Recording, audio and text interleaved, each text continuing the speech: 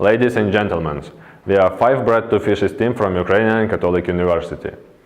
As you know, nowadays a lot of people in developing countries are suffering from the food deficit problem.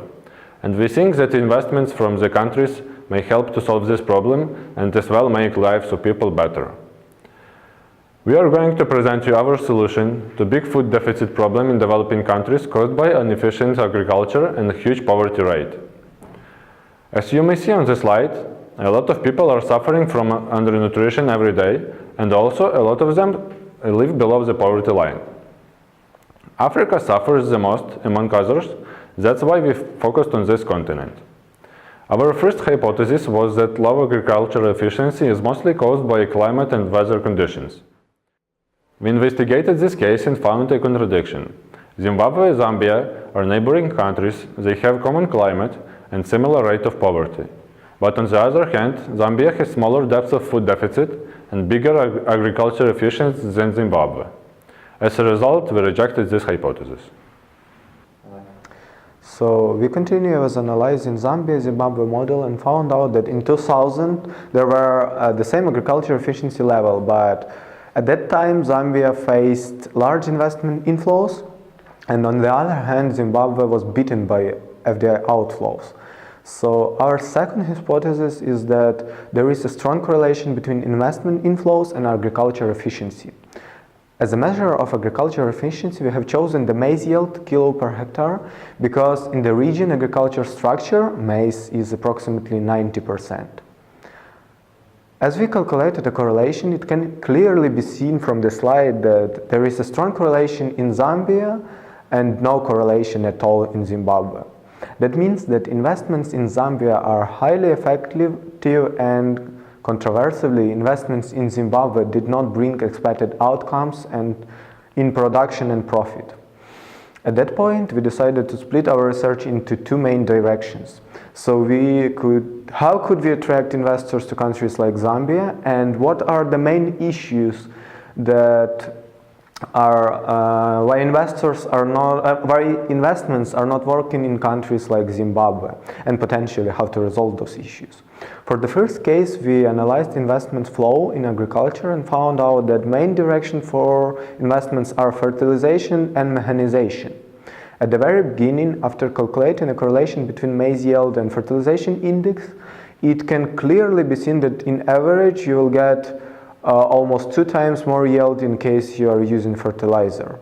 In addition, we decided to build a formula for investors by which they could calculate the additional profit in case they start in using fertilizer. And moreover, we created a tool which is allowing investors to select an area on the map, and the tool will use our formula and local fertilizer prices and predicted price for the maize for the next year in order to calculate the profit, additional profit an investor will get in case he invests in fertilization. And now Renee will tell you more how are we going to calculate the future price of maize. So we built a price prediction model for maize in Zambia. According to our research, regression is the best practice for these types of problems. So we gathered data about different possible regresses, including petrol prices, inflation, etc. We also add a maize grain price with lag of 1, 3, and 12 months. And we built the regression model for all the regressors and then removed the excessive ones. We have removed the yearly seasonality from price data because all the rest of regressors doesn't have such an obvious yearly seasonality, the effect of which grows through the time. So here you can see our model evaluation.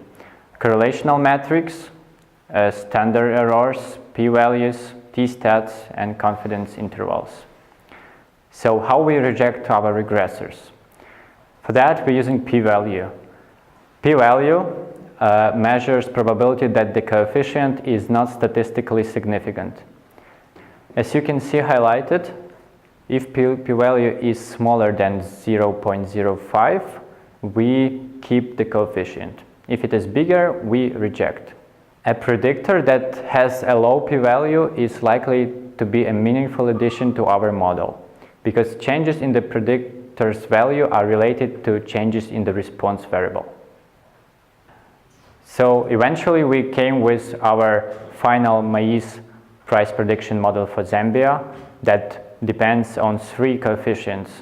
First is maize grain price with lag of 12 months, second is annual food inflation, and third is petrol prices. So now we will speak about our second direction of investigations. It's about how to make countries like Zimbabwe more attractive for investors. So we analyzed many and came up with 6 crucial indicators for investment attractiveness for the countries like Zimbabwe.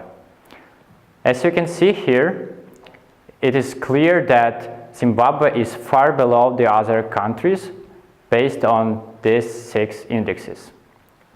They are Political Stability Index, Investment Freedom Index, Control of Corruption, Corruption Perceptions, Expropriation Risk, and War Risk.